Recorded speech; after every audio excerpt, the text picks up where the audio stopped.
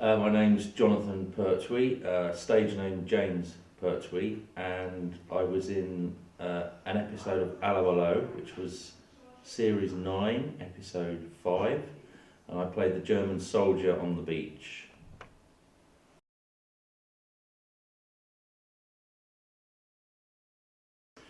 I'd been doing some theatre work mostly just before Allo'Allo. I was in a comedy with Brian Murphy and Linda Regan playing their son, and it was a sort of classic farce. And at the same time, I think in the summer, just before we went on the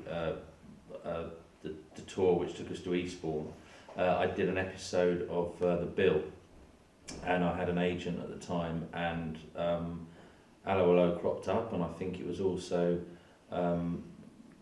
mentioned to me that they were casting one of the small parts, and I think with the possible connection to David and my father, and that the sort of agency saw this come up and thought, John might be okay for this, and get some work with David.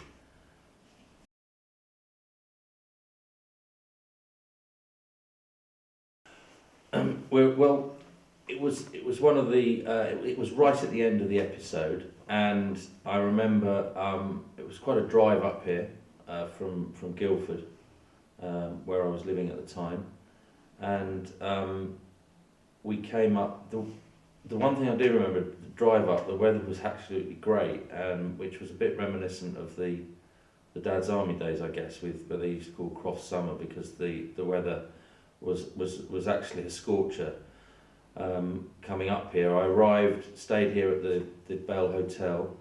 Everyone was very pleasant and sort of supportive, and as I say, had a very small part, but we were pretty quickly out to Cromer, right on the beach. The whole scene was done on the beach, pretty blowy as well, as I remember, but we had nice warm German costumes on, and it went pretty smoothly. But Cromer was a place, of course, that I'd been to as a kid, with coming up here with my dad while he was doing Dad's Army. So to come back in 1991, 92, it was 15 years after Dad's Army had ended, so it was quite nice to return.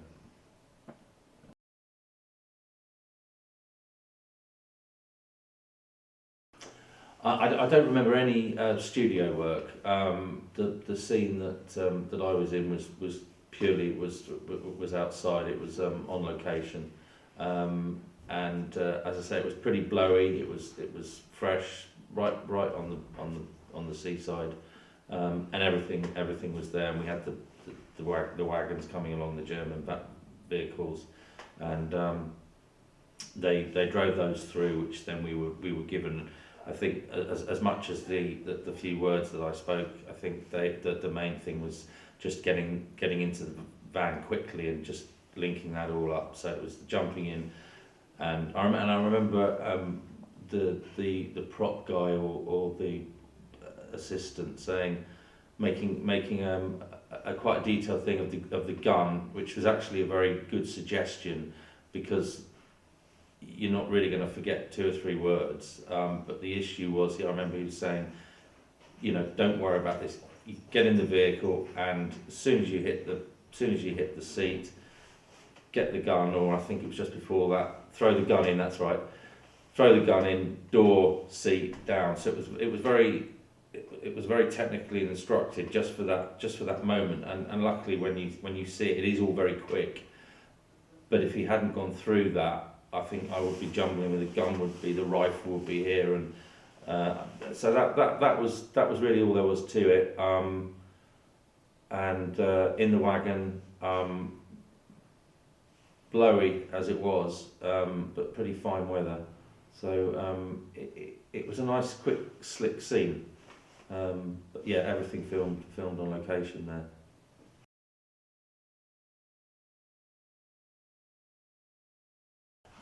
The one thing it was great. They were not only there was, I mean, there's two things that sort of come to mind. Is that one, they treated me as a young lad who was in an episode of something and were very supportive, giving you the confidence and not to worry, and of course they've been doing this show for a while by now, so it was quite relaxed for them, and therefore that gave them the ability to be very supportive to me.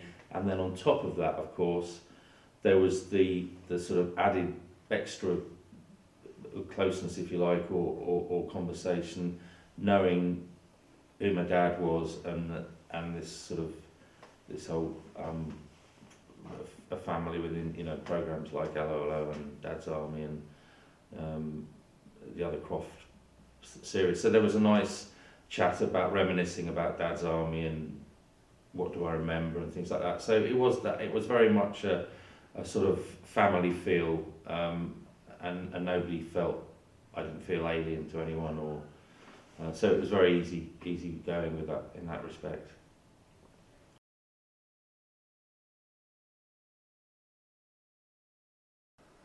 Yeah. Specifically, one person, which was Kenneth Connor, and it was the little moment with Kenneth Connor. He was short. By the time I jumped into the wagon as well, I sort of had this dominating sort of look down on him, being slightly shorter anyway, and sort of put him in his place while he sort of flustered around being told off by this German. And as well to do a little moment like that with someone like Kenneth Connor, who I'd grown up seeing in the Carry On films, and you know, it's still a nice thing to look back and you can say, well, actually, I had a little moment. I worked with such and such, or I worked with this person, and you've always got that. You've always got that memory. You've always got that knowledge of saying, there's a guy, and he was in a Carry On movie when I was a kid watching it before I was even doing any professional work, and now I'm working with him. So that was nice.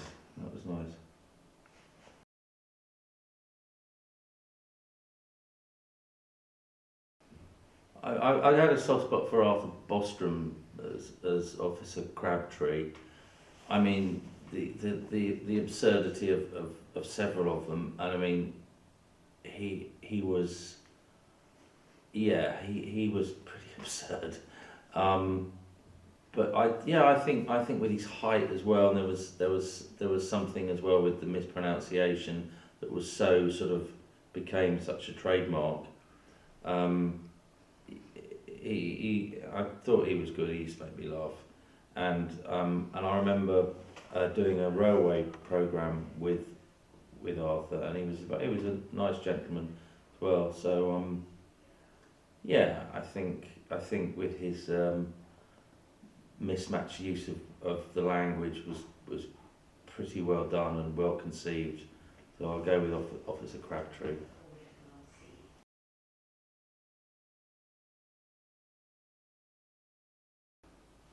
Yes, I was asked to do one more, and by then I think, you know, David had was quite happy with the little bit in Allo'Allo, and I think he just got in touch with my agent at the time, which was ICM, and so it was a very nice informal sort of, wouldn't mind John playing a small part in Oh Dr. Beeching, so that was nice, easily arranged, and again that was great. It was a tiny role, but I was the photographer at the station, and of course the series, unfortunately, I don't think ran too long, and as Jeff Holland, who's a wonderful performer and lovely man, who I'd worked with 2 years beforehand in a play called Travels with My Aunt.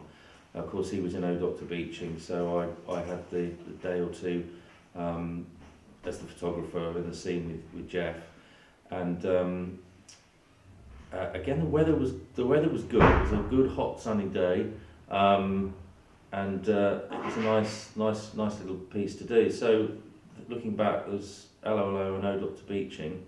However small the roles, it's nice to be able to say that you've done a couple of David Croft series. So yeah, happy days indeed.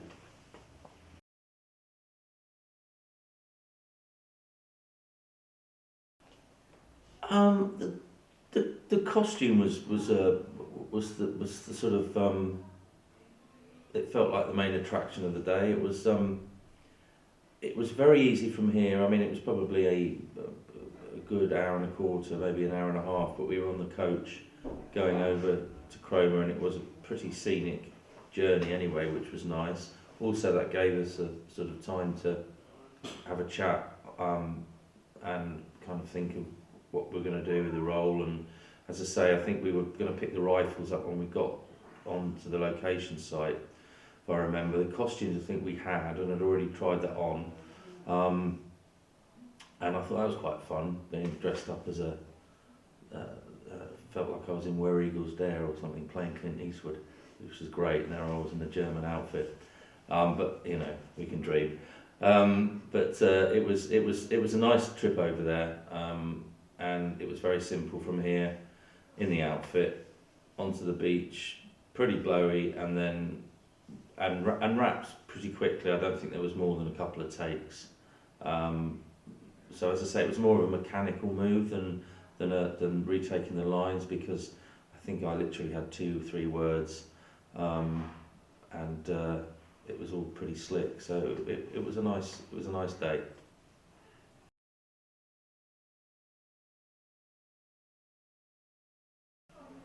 Yeah, good question. Costume and makeup. Actually, yeah.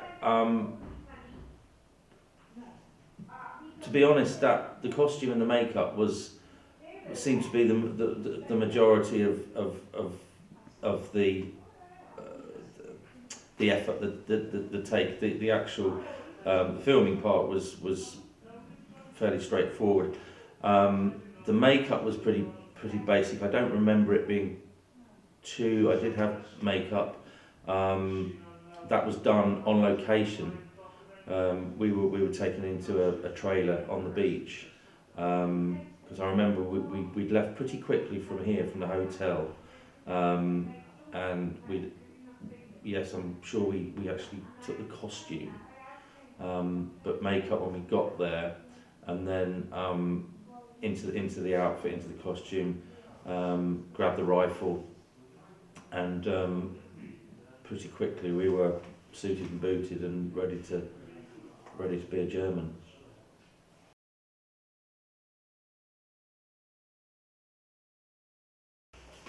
Oh yes, great question. I've sort of got a few things in the pipeline. I've become one of the things that's, rather than a paid career or job, probably the most important thing for me is I'm now been made a trustee of our local RSPCA centre in Cornwall, and it's an interesting, very quickly, that our centre is self-funded. We get 5% from the national RSPCA, so people think that it's all linked together, but we're actually an independent branch. I've been a volunteer there now as well for 10 years. I do some speeches, some talks, which I've raised money for the Dogs Trust, the RSPCA, and a group called the David Shepherd Wildlife Foundation, who are a fantastic charity. David Shepherd is the artist, so I do a little bit of fundraising when I can for them. And on the work front, I've had a book out called The Cup of Dreams, which is a fictional kids story, and this is about 2 little lads, one from Eastern Europe, one from Brazil, and they grow up and they meet in a global cup, like a World Cup, and it's a sort of poverty angle with them trying to become the superstars of world football. And then my next project, which I've started, is going to be sort of labour of love, I think. I haven't got the title for it, but it's an encyclopedic book that is part encyclopedia, part collectibles, part timeline of real life events, and it's all based on Clint Eastwood. And my early memories of collecting his movies and fascination with the man, a meeting when I met him at a film lecture. We had a brief chat, and I wrote an article about the day, and amazingly it was published in the newspaper. And the whole piece as well, it wasn't even edited. So I thought I'll send this off to Mr. Eastwood in Carmel, Warner Brothers and Warner Brothers studio over there. Lo and behold, I get back in the post signed photographs, a letter, 2 posters. At the time, this was early mid-80s, Sudden Impact and Tightrope were the 2 films in question. Saying you're welcome to come over, and there was a menu from this famous restaurant, the Hog's Breath Inn. So I thought, wow, that's pretty great to receive all that. So since then, I've kept a few bits and pieces along the way of movies and the old videotapes. So these are all being documented in a book, and when they came out will be the history of what was going on in the world at the time. So for example, 1982, Firefox. It will have a timeline of what was going on in the Falklands when that came out, and then a brief thing about my collectible madness. And so it's I'm quite excited about it, because it's as my wife would say, she said, well, once you've got it all in a book, you can get rid of all the clutter. So we'll see. But yeah, I'm keeping busy, so I'm looking forward to writing again.